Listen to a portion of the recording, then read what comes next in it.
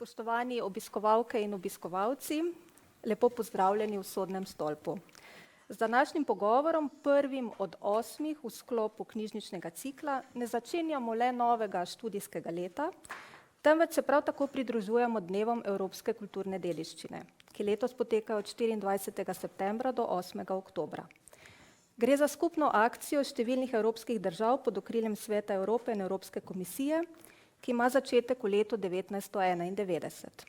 Letošnji dnevi Evropske kulturne dediščine nosijo naziv Vztrajnostna dediščina. In les, ki je vodilni motiv vseh naših prireditev ob tokratnih dnevih, je tudi osrednja tema današnjega dogodka. Tako zelo lepo pozdravljam gostjo, doktorico Mirjano Koren, avtorico monografije Kulturna dediščina mizarskih delavnic, o katerih bo tekla današnja beseda. Dovolite, da jo na kratko predstavim. Mirjana Koren je diplomirala in doktorirala na Fakulteti za arhitekturo v Ljubljani. Od leta 1991 do 2002 je izvedla čez 90 avtorskih del na področju gledališke, filmske in televizijske scenografije in kostumografije. Tisti čas se je ukvarjala tudi s projektiranjem pohištva. Od leta 2002 vodi Pokrajinski muzej Maribor. V njem je zasnovala številne projekte in oblikovala številne razstave. Vodi kustodiat za pohištvo, strokovno se ukvarja s področjem štajerskega mizarstva, pohorskih mizarjev in pohištvene industrije. Leta 2012 je za muzej pridobila nekdanji kino Partizan in v njem uredila ugledni depo pohištva. Vzpostavila ga je kot nov kulturni prostor in v njem zagnala projekt Gugalnik idej. Leta 2021 je na ogled postavila stalno razstavo pohištva z naslovom Prostori lepega. Mirjana Koren je habilitirana višješolska predavateljica za predmet Zgodovinski razvoj stavbnega in bivalnega pohištva in članica uredniškega odbora zbirke Osvetljena dediščina. Za svoje delo je bila večkrat nagrajena. V monografiji Kulturna dediščina mizarskih delavnic, ki jo je izdal Pokrajinski muzej Maribor, kot 6. v zbirki Osvetljena dediščina leta 2019, avtorica doktorica Koren podrobno predstavi 6 mizarskih delavnic z območja slovenske Štajerske, in sicer mizarsko delavnico Stojan Stehari, 2 mariborski mizarski delavnici Laher ter Potočnik, nadalje mizarsko delavnico Pečar in tovarno Murales iz Ljutomera, Rek iz Vuzenice ter mizarsko podjetje Panles iz Tekačevega. Poleg tega nas avtorica celostno seznani z virom in stanjem raziskav, definicijami osnovnih pojmov ter historičnim razvojem mizarstva in izobraževanja mizarjev. Pričujoča monografija je hkrati nadgradnja njene doktorske disertacije z naslovom Metodologija celostnega ohranjanja kulturne dediščine mizarskih delavnic na primeru slovenske Štajerske. Gre za kompleksno tematiko, saj ste pri raziskovanju združili merila in znanje različnih ved, od zgodovine, etnologije, arhitekture do umetnostne zgodovine, sociologije in ekonomije. Kaj vas je pritegnilo, da ste ravno kot temo izbrali mizarske delavnice? Ja, najprej bi še jaz vse lepo pozdravila in se vam zahvalila, da se v tem lepem sončnem dnevu prišli v Sodni stolp. Hvala res vsakemu posebej in vsem skupaj. Jaz sem že na fakulteti za arhitekturo se malo spogledovala s pohištvom. Imela sem to srečo, da nam je ta predmet predaval profesor Niko Kralj, avtor tega znamenitega stola in seveda številnih drugih stolov, velik inovator in velik oblikovalec. No, nekaj malega sem potem tudi sama, kot ste rekli, oblikovala pohištva. Največji izziv je pa seveda predstavljala zbirka pohištva, ki jo vodim. To je ena večjih zbirk v državi, zelo lepa zbirka, njena največja kvaliteta pa je v tem, da je raznolika. In ko sem zbirko prevzela, so bili kosi v glavnem slogovno opredeljeni, malo, bi rekla, ja, kar malo je bilo podatkov v inventarni knjigi o lastnikih, se pravi o krajih, kjer je to pohištvo, iz katerih prostorov je prišlo v muzej. Še manj pa je bilo podatkov o izdelovalcih. In seveda za vsakega pač raziskuješ tisto, kar je manj Znano, raziskano, manj znano. In seveda potem me je pač to navdušilo zaradi tega, ker več ko veš, bolj te stvar zanima. In pač to zanimanje se vedno tako multiplicira, vedno bolj in potem prideš pač do ene blazne količine podatkov, ki jih je treba nekako sistemizirati in to sem potem seveda tudi naredila z to nalogo, kot ste jo omenili. Zdaj zbirka, zakaj je malo podatkov o izdelovalcih, ne?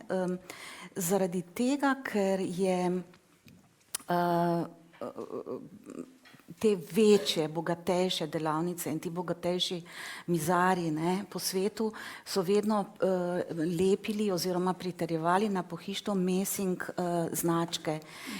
Pri nas potem, ali pa vsaj papirnate, pri nas se je to začelo šele, to na našem področju, ne, nekako z tovarno Marles. Če se spomnite, je na vsakem elementu, kuhinjskem elementu je zadaj ena taka papirnata znamka, ki nam pač, ne, generacijam za nami, mi zdaj vemo, kje je to bilo izdelano, generacije za nami bodo pa lepo lahko tudi prebrale. Pri nas tega ni bilo, pri nas je tega malo. Jaz mislim, da je to zaradi tega, ker moramo omeniti tudi to, ta del naše zgodovine, da se je torej po drugi svetovni vojni, ko se je veliko nacionaliziralo, se je v teh zbirnih centrih, so se, predpostavljam, nekaj sem tudi takih našla, takih primerov, ne, da so se te značke odstranjevale.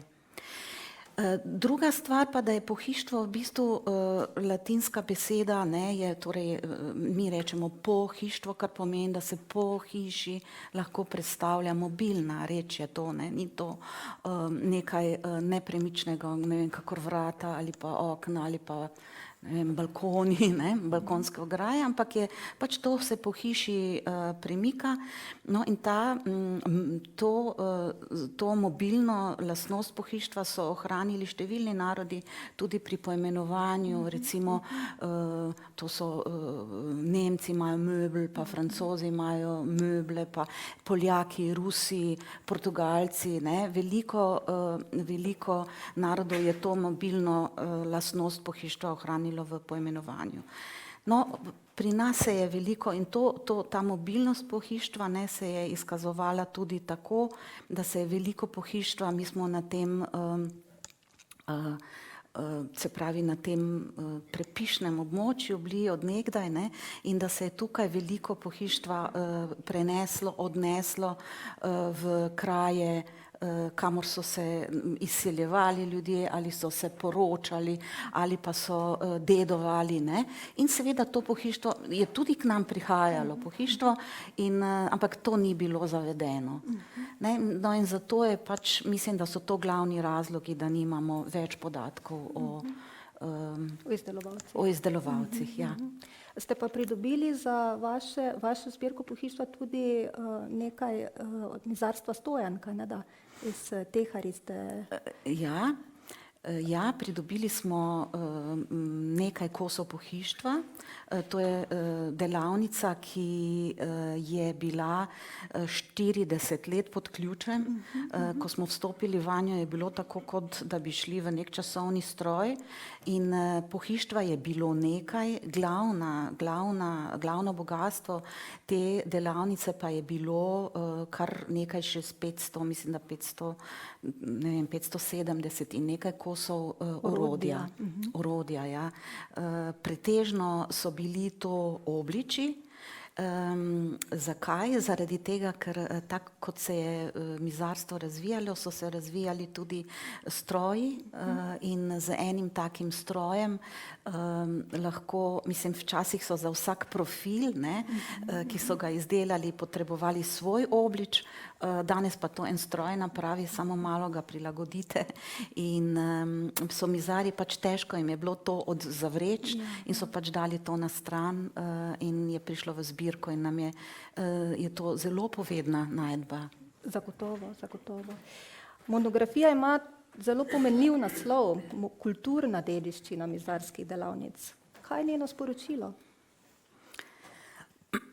Ja, glavno sporočilo knjige je zagotovo pomen znanja.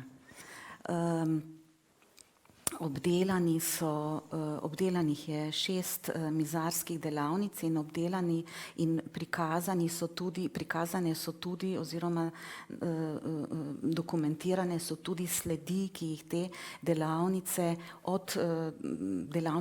segajo od druge tretjine 19. stoletja do danes, torej sledi, ki jih te delavnice puščajo v današnji čas.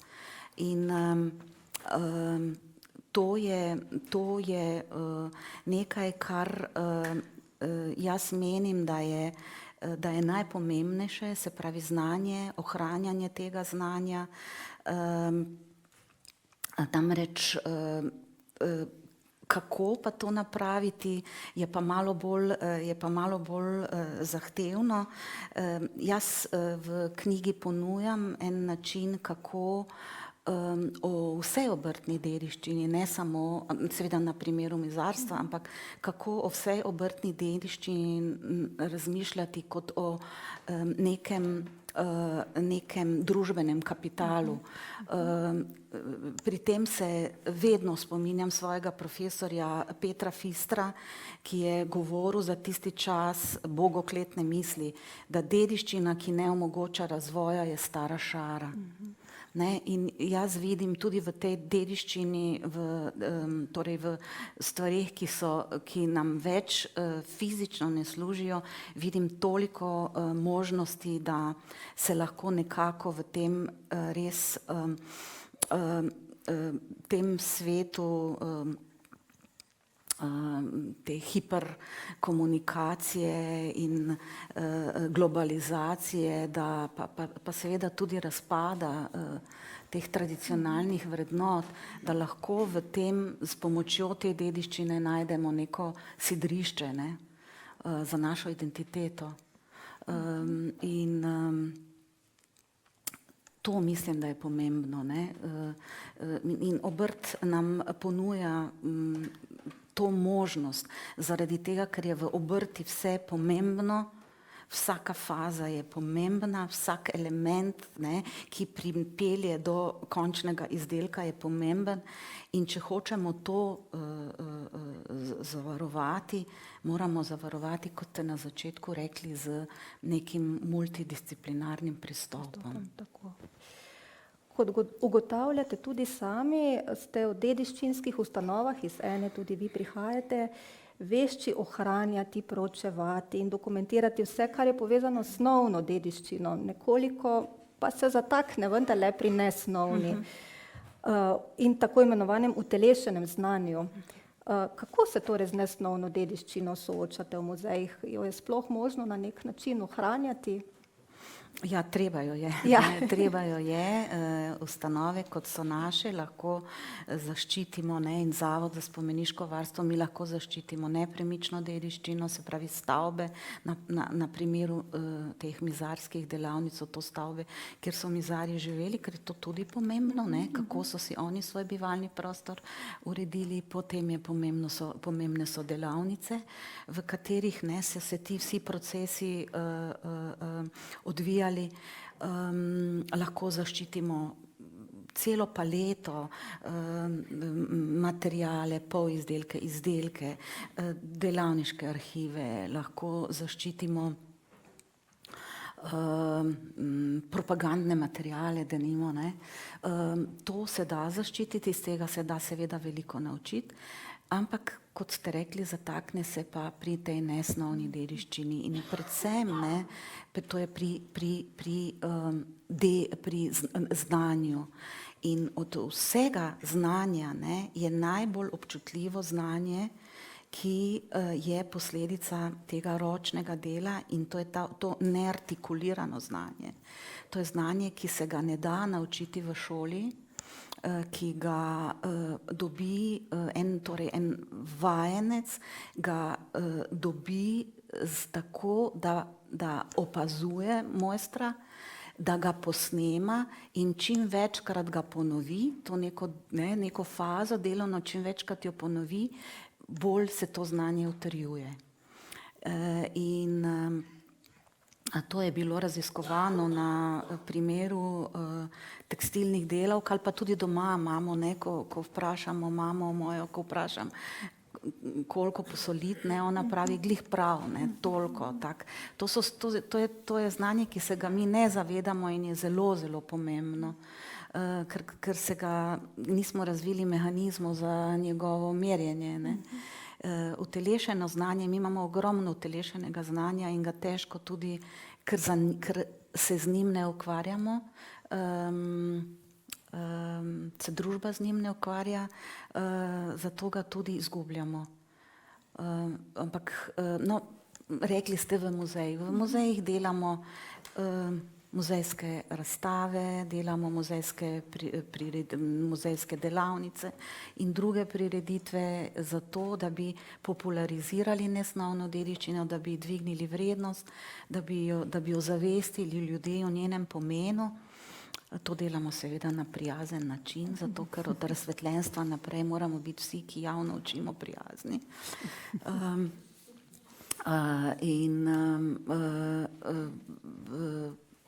Pri tem pa se opiramo, na nekaj dokumentov. Eno je UNESCO-va konvencija o nesnovni dediščini, potem imamo vzpostavljen register nesnovne dediščine slovenski.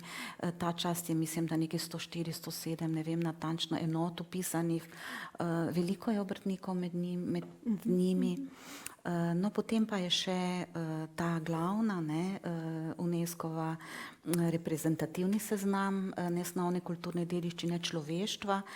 Tudi tu nam je uspelo vpisati 4 enote, Sloveniji je uspelo vpisati 4 enote. To so Škofjeloški pasijon, pa obhodi kurentov, pa potem slovenska čipka in pa zdaj pred kratkim tudi suhozidna gradnja. To so zelo zahtevni procesi, na katerem sodelujejo številni eksperti, in zdaj UNESCO spodbuja, da se povezujemo. In ravno ta suhozidna gradnja je dosežek povezovanja slovenskih proučevalcev, ki stojijo seveda za predlagatelji, in mislim, da dve drugi državi. Ja. Ko sva že ravno pri znanju, seveda tudi izobraževanje bil en od pomembnih procesov pri kreiranju mizarja, torej od vajenca preko pomočnika do mojstra. Kakšna je bila izobraževalna pot nekoga, ki je želel postati mizar nekoč, in kakšna je danes? Vemo, da vajeništva več nimamo, mogoče zdaj ga bo spet uvedeno.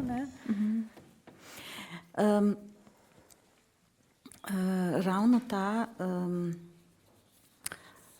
ali pa tako bom začela, da prve te obrtne šole so bili cehi. Cehi so bile organizacije, ki so bile narejene po vzoru na verska združenja, zato je bil tam red in je bilo kar strogo. No, in cehovska razvili so se tam v zahodnji Evropi v 7. stoletju in takrat so se pojavili in se potem do svoje končne oblike nekje do 13. stoletja razvijali. V cehovskih pravilih je bilo natančno navedeno,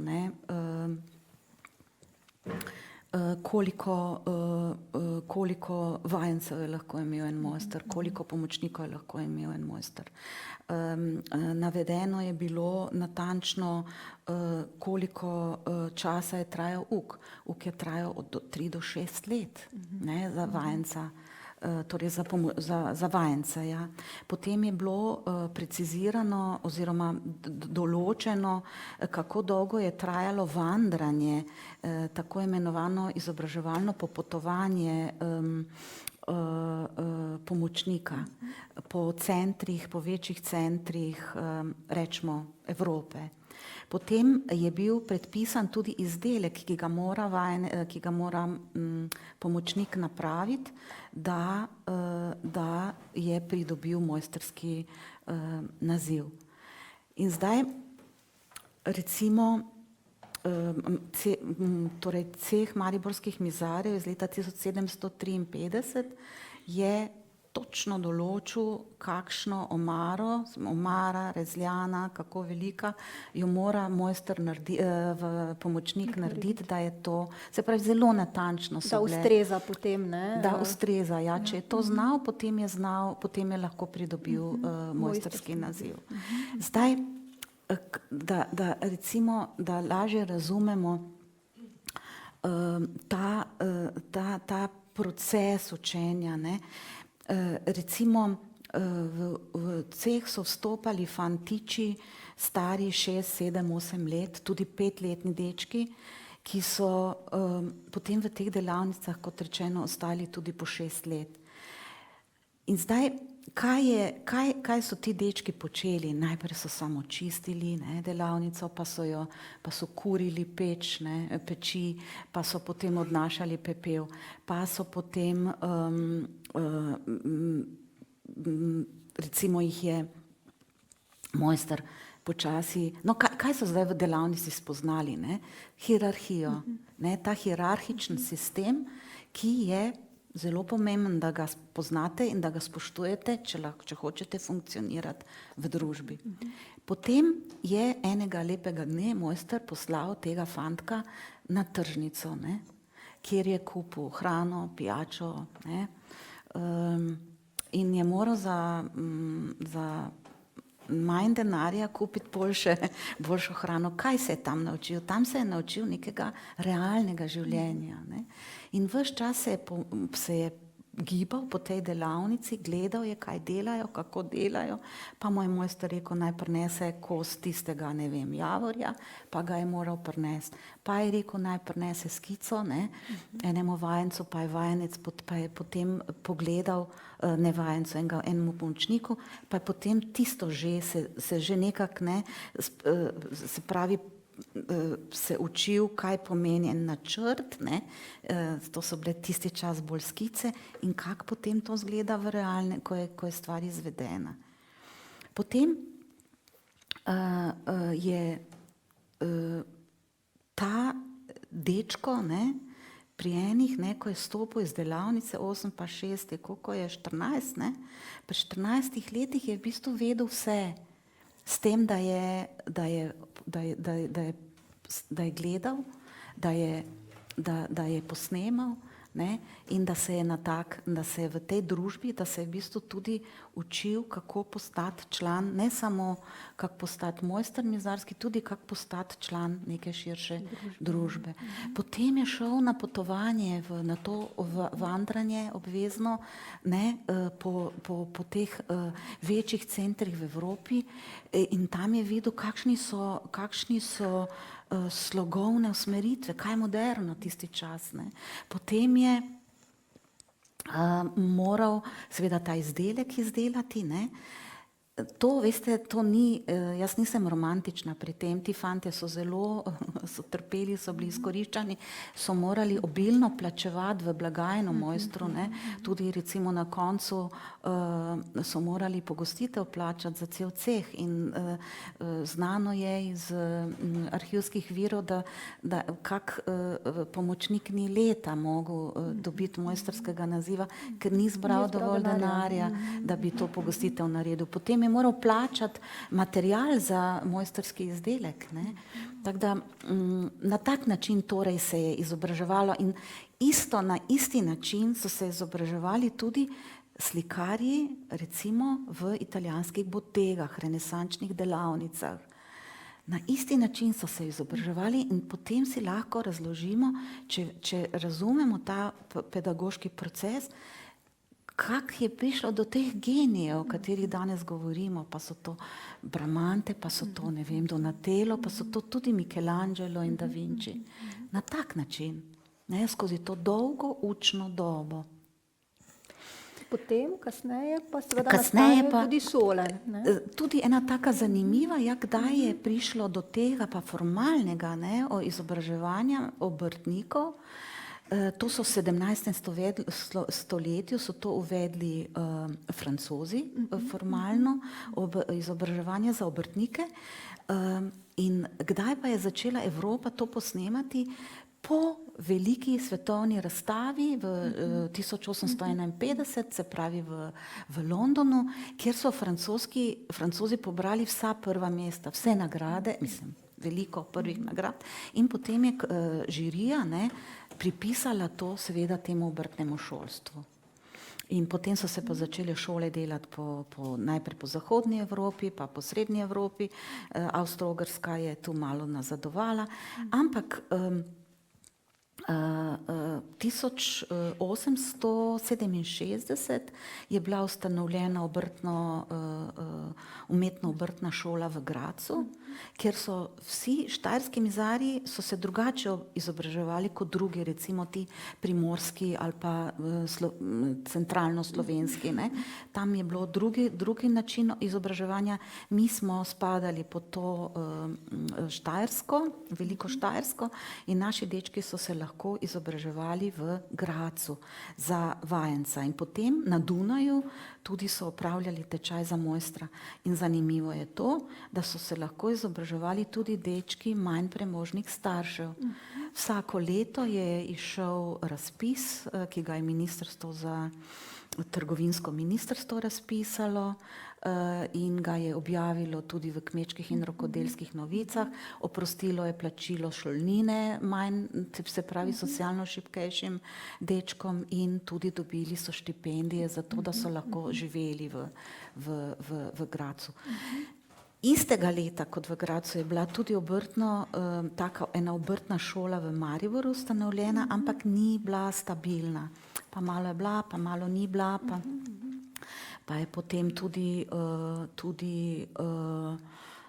je imela boljši program, pa slabši program, ampak šole, ki so jo sledile, so vse polagale veliko, isto kakor graška šola, veliko so polagale na risanje, kar mislim, da je silno pomembno, ne, ta povezava med možgani, roko in ne, z risanjem tudi razmišljamo, kako bomo realizirali nekaj, ne, in pa tudi neke predmete, ki jim danes bi rekli umetnostno-zgodovinski predmeti.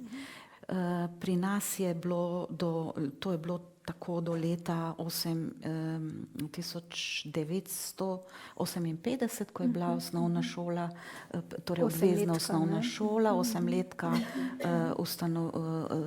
zakonsko predpisana, in so se lahko fanti izobraževali torej za poklic šele po zaključku šole. Tak, danes izobražuje v Mariboru srednja lesarska šola za mizarje. Tudi višja, ne?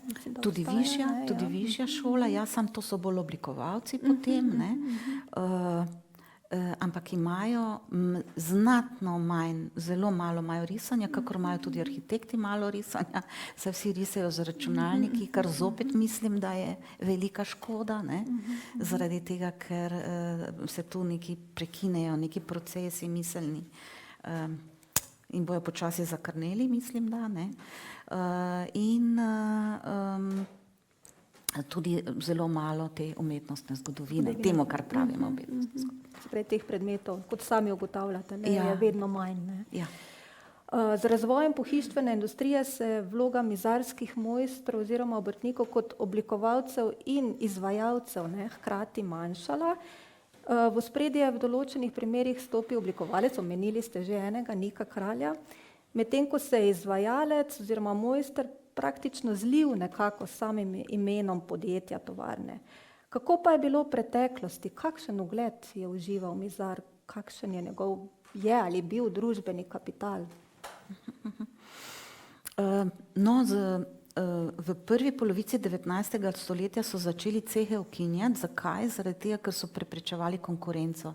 In zdaj so se začeli, pojavljajo se mnogo število, spodbujali so se tudi obrtniki, ustanavljanje, dobivali so tudi neke podpore finančne za to, da so ustanavljali podjetja svoja in moral si biti zelo dober, da te ni konkurenca odnesla.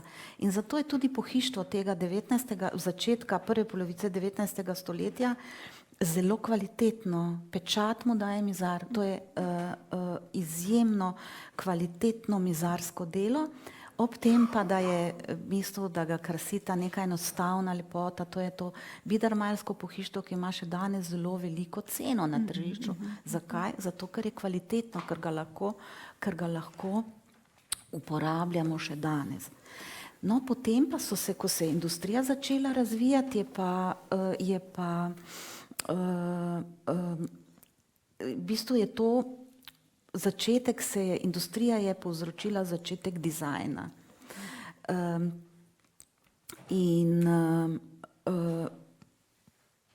Glavni v celi projektni verigi postane arhitekt. Arhitekt ob tem, da hišo dela, arhitekturo zida, tudi pohištvo načrtuje in ne samo to, načrtuje tudi najmanjši detajl v hiši, recimo jedilni pribor. In Mizar seveda postaja njegov izvajalec, ampak seveda res je, da se nekako utapljajo v tovarnah, da postajajo bolj anonimni, ampak pri pravih mojstrih, kot recimo Plečnik, ki je bil tudi sam mizarski mojster, to ni bilo tako. Plečnik je vedno svoje obrtnike, zelo jih je cenil, zelo jim je dal, jim je tudi ta nek priznanje, vedno jih je omenjal. Pa mogoče tako ena zanimivo za nas, ki smo malo starejši, če se spomnite, je v Jugoslaviji bila najbogatejša občina so bile Domžale. Zaradi tega, ker je bilo tam največ obrtnikov. In z veliko zaslugo za to ima tudi Plečnik, ker je razvijal, složno so drug drugega razvijali, ker je Plečnik ni imel marmorja, Plečnik ni imel eksotičnih lesov, zato da je delal te umetniške stvaritve in zato je moral pač toliko več dati na obliko in potem je moral dobiti dobrega izvajalca, dobrega obrtnika, ki mu je recimo nek ionski steber ulil iz betona. In potem so se ti obrtniki, Plečnik in obrtniki so drug drugega razvijali. In zdaj jaz ne pravim, da je Plečnik zaslužen za to, da je v Domžalah,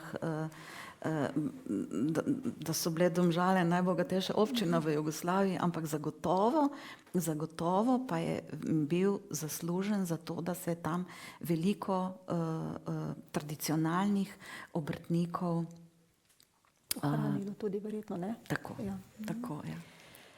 V monografiji obravnavate 6 eminentnih mizarskih delavnic na Slovenskem oziroma nekdanjem Spodnjem Štajerskem, ki so po svoji dejavnosti in kvaliteti v svojem okolju še posebej izstopale. Pa bi se najprej osredotočili na mariborski delavnici, to sta bili Laher in Potočnik. Ustanovitelj prve je bil Johann Theodor Laher. Kdo je bil Johann Theodor Laher? Laherja nismo našli v nobenem arhivu našem, zato predvidevamo, da je prišel drugod. Poročil se je z Cecilijo Maser, imela sta 7 otrok. 2 dojenčka sta žal takoj umrla, družina se je večkrat selila, stanovali so v Gledališki ulici, pa potem So se selili, kaj ne, da ne? Pa potem v Grajski ulici, pa potem na Grajskem trgu, do konca potem na Slovenski ulici. Tam je Laher zgradil leta 1863 je priglasil prvo tovarno pohištva v Mariboru. Ne vemo, kje je bila ta tovarna. Prostite, ampak potem je pa zidal tam nekje pri Čeligijevem stolpu, je sezidal in stanovanjsko hišo in delavnico.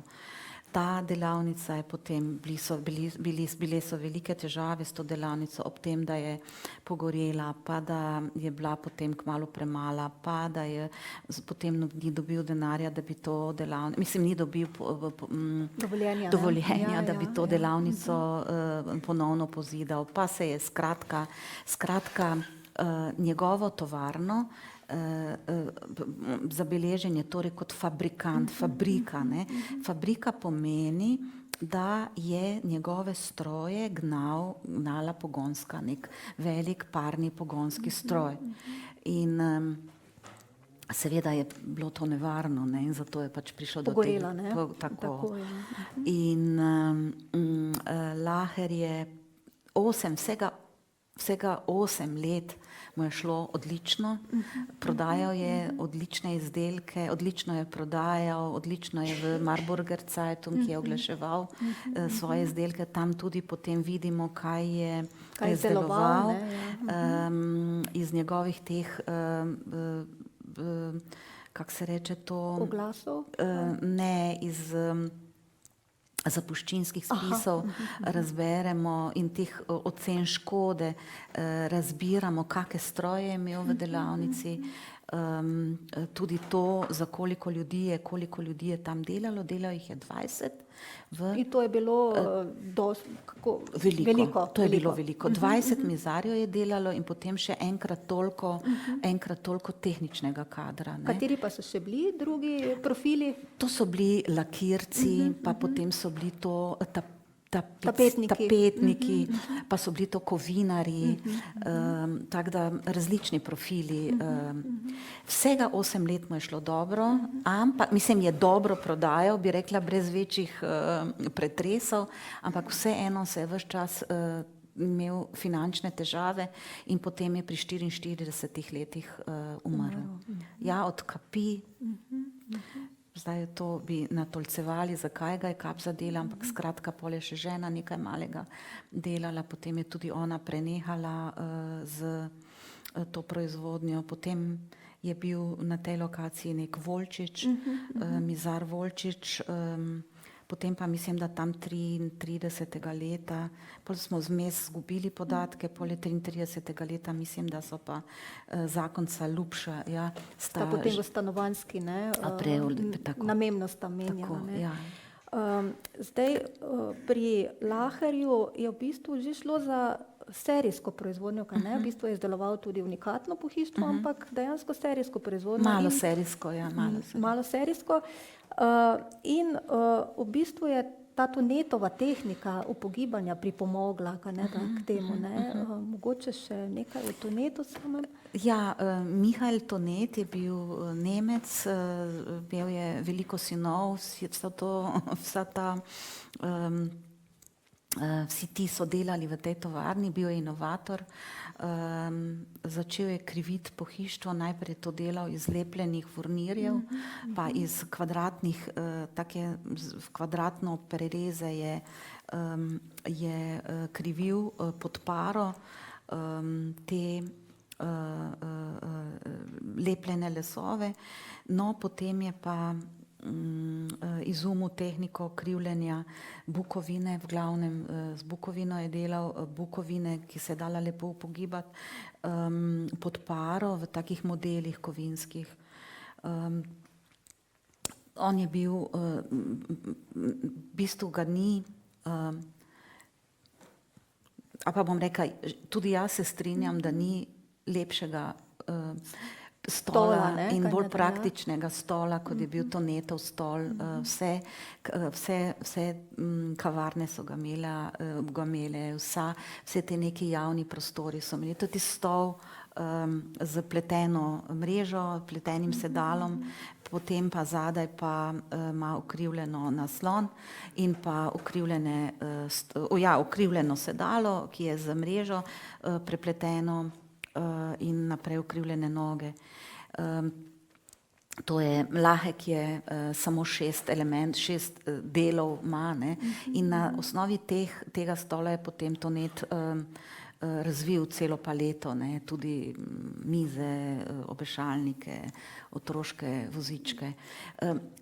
Dejstvo je, da je to velika inovacija bila in mislim, da samo 20 let potem, ko je Tonetu potekel patent, je že se začelo se je že pojavil ta naš laher. Aha, ne? ja, tako hitro. In zdaj, če že vidimo, virov je malo, ne? Ampak če gledamo časopisne oglase, vidimo, da tisto pohištvo ni bilo zdaj nekaj specialnega, ne? Je pa uporabljal, oblikovno specialnega, je pa uporabljal to tehniko, to zahtevno tehniko in potem seveda sklepamo, da je bil sočasen z mizarji, z evropskimi mizarji, ne? Trgovino je imel pa na Partizanski. Na Partizanski, ja. Ta trgovina je bila pa tam, kjer je zdaj vhod v zdravstveni dom, tam v tistem delu, ja.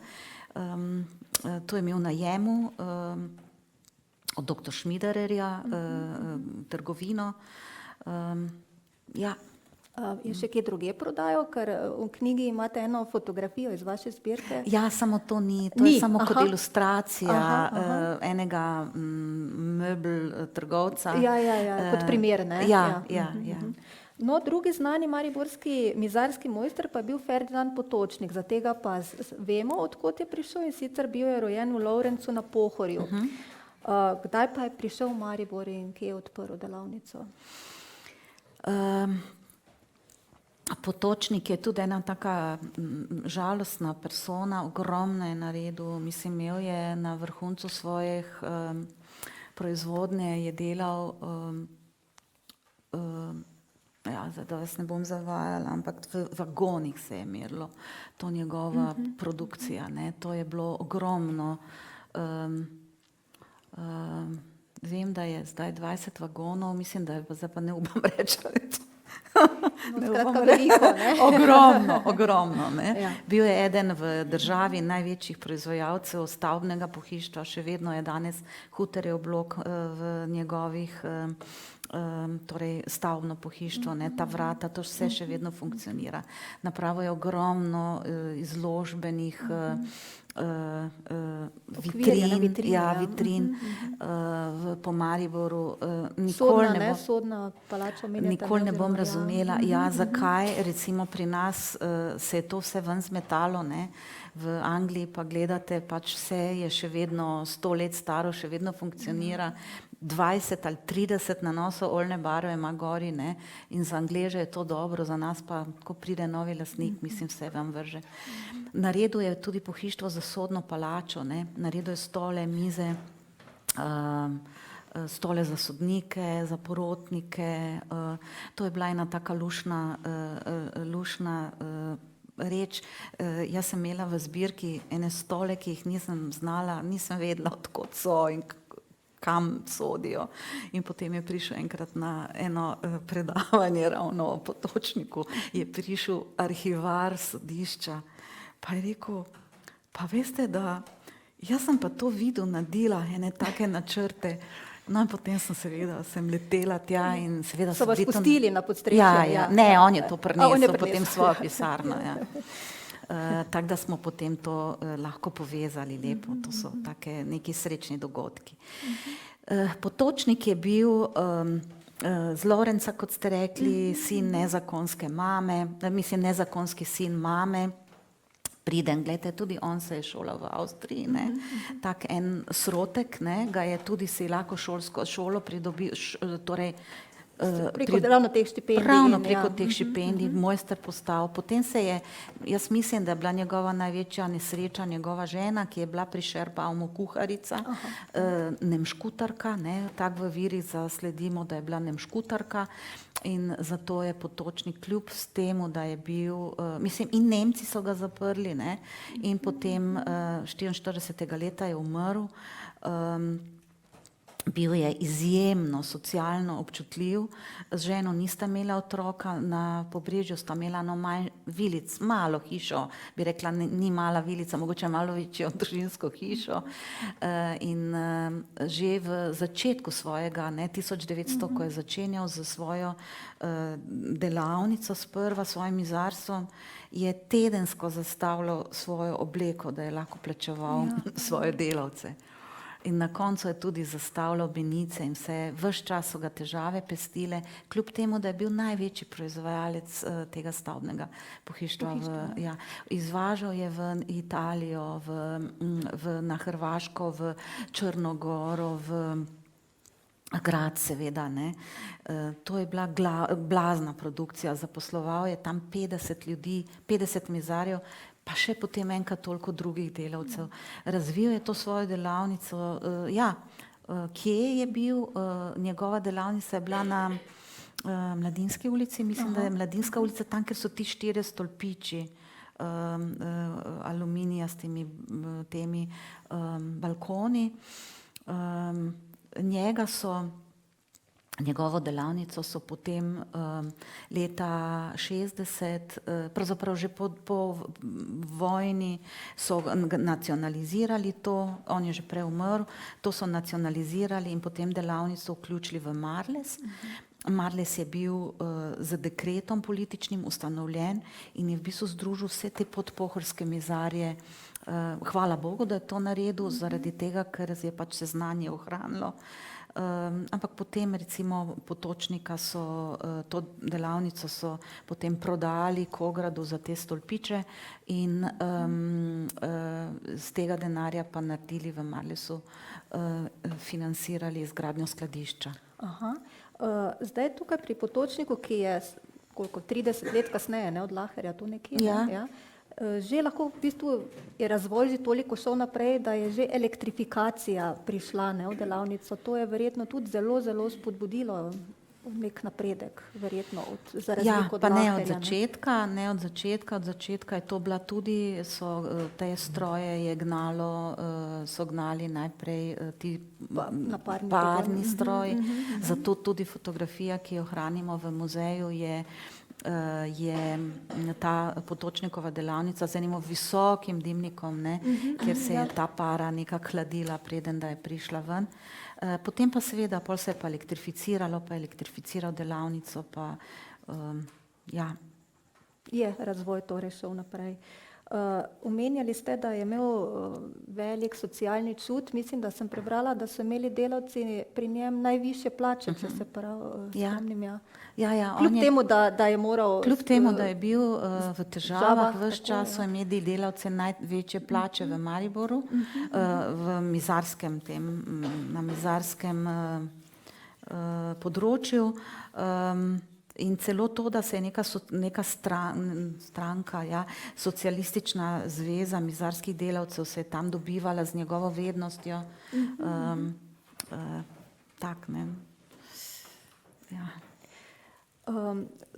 Delavci so ga pa seveda imeli radi, bili so stalno zaposleni tam, ni bilo fluktuacije, ko so enkrat prišli v Potočnikovo delavnico, so ostali, ne? Tudi ostali, Zdaj, poleg teh dveh mariborskih mizarnic, ko sva že omenili, ne, ste obdelali še delavnico Stojan Stehari, potem Pečar, ki je kasneje prerasla v Murales iz Ljutomera, delavnico Rek iz Vuzenice in podjetje Pan Les iz Tekačevega, torej ste nekako zajeli res ta nekdanji prostor Spodnje Štajerske. Kako so se te delavnice razlikovale med sabo? V bistvu saj imate tudi časovni razpon, ne? Najstarejša je Stojanova, pa potem do leta 90, ne? Ta iz Tekačevega najmlajša. Pogoj za izbiro teh delavnic je bil to, da eden od pogojev je bil to, da to je bil pravzaprav glavni pogoj, ne? Da so bile vsaj 3 generacije, da so se 3 generacije ukvarjale s to obrtjo. To je bil glavni pogoj, drugače sem pa časovno seveda tudi morala nekako, pa po velikosti obratov, pa ne. Po čem so se razlikovali? Po marsičem. Njihova glavna stična točka je bilo to, da se je to znanje prenašalo iz roda v rod, da so se tukaj neke socialne zaveze med temi starši in otroci zgodile, recimo ta mizar v Vuzenici, Rek, to me je prav presunilo, ne, ko je ta srednji mizar, zdaj že vodi njegov sin to delavnico, se pravi tretja generacija, ne, ta mi je rekel, da sta se z očetom dogovorila, da mu oče preda delavnico samo pod pogojem, da jo bo spravil v dobri kondiciji do njegovega sina.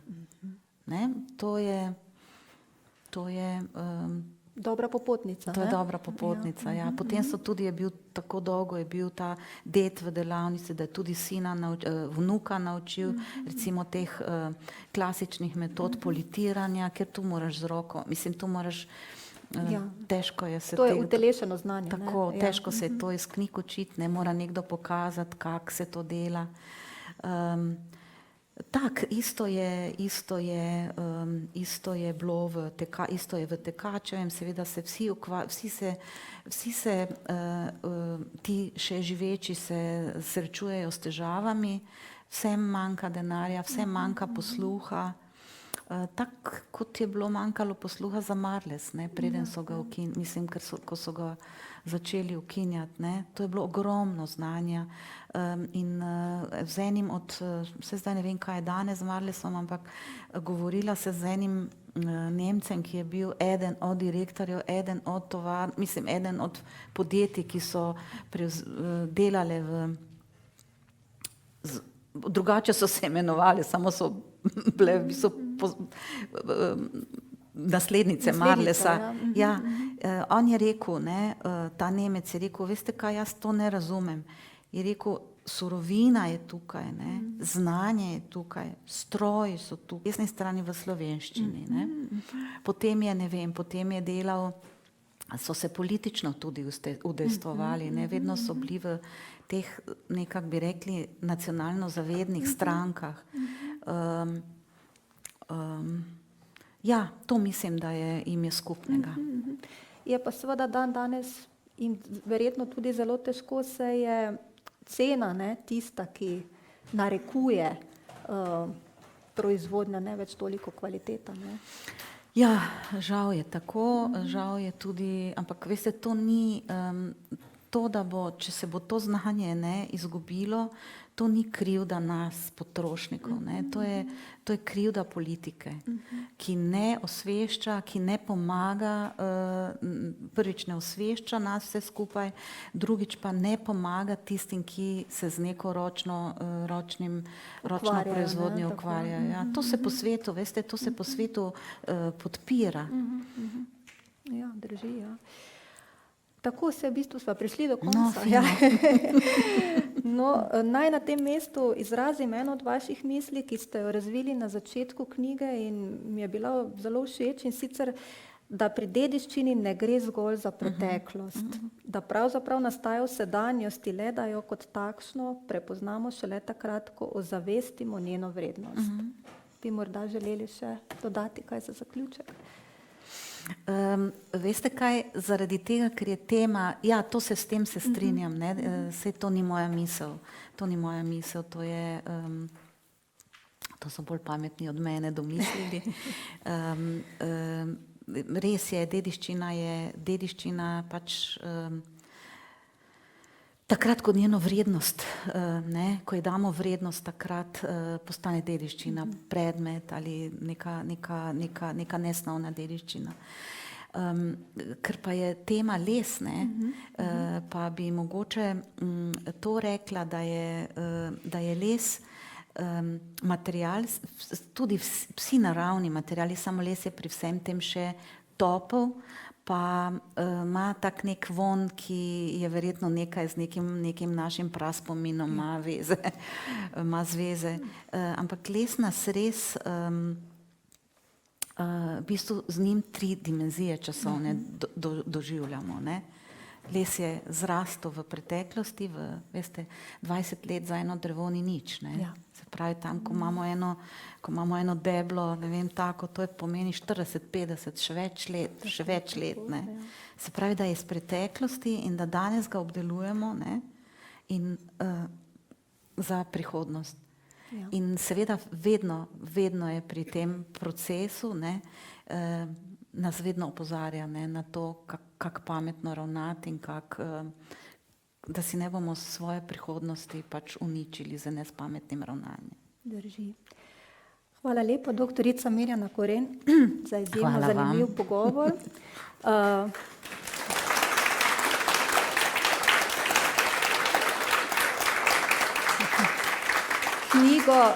Knjigo lahko tudi kupite danes, je na voljo pri Šanku, tako da vabljeni, je zelo zanimivo branje. Hvala pa seveda tudi vam, drago občinstvo, da ste si vzeli čas in nam prisluhnili. Ja, Lahko hvala noč. lepa. Ja.